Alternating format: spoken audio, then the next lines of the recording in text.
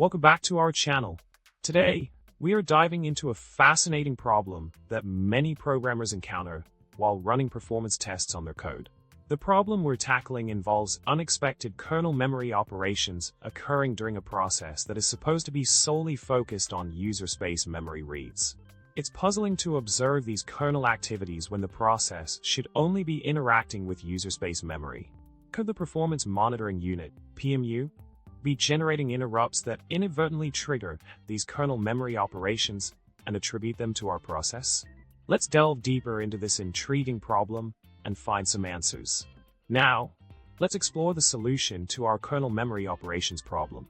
The key lies in understanding how interrupt and exception handlers operate within the Linux kernel. These handlers, including timer and external hardware interrupt handlers, do not context switch away from the current task. Therefore, while these handlers are running, the hardware performance counters remain programmed to count kernel store instructions. As a result, our process ends up collecting these kernel-related counts, even though they are not directly part of the process's workload. It's an interesting interaction between the kernel and our process that sheds light on why we see kernel memory operations attributed to our user space process during performance monitoring.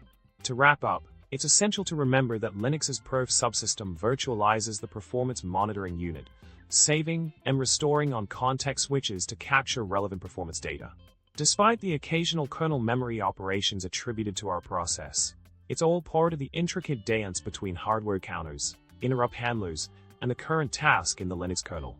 We hope this exploration has provided some clarity on why we observe these phenomena during performance monitoring. Thanks for watching, and don't forget to subscribe, like, and leave a comment below with your thoughts on this curious kernel behavior.